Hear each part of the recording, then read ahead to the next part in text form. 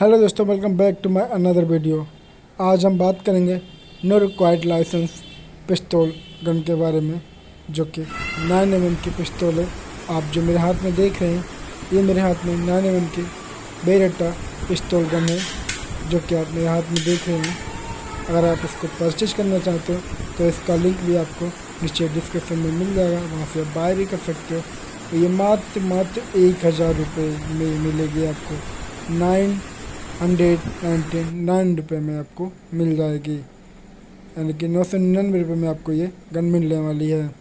तो दोस्तों बात करें, ये रियल गन नहीं है, क्योंकि ये आप जो देख रहे हैं ये 9mm की पिस्तौल गन, ये बेरेटा पिस्तौल गन लाइटर है। इसको आप सेफली यूज के लिए रख सकते हैं, जो कि काफ़ी अच्छे और काफ़ी खूबसूरत दिखने में लगती है। सेम रियल गन जैसी फीलिंग आती है। आप रियल गन सामने रख सकते हैं और ये लाइटर, दोनों में खास फ़र्क नहीं लगेगा दूर से, लेकिन हाथ में लेने के बाद में ही फील मालूम पड़ेगा।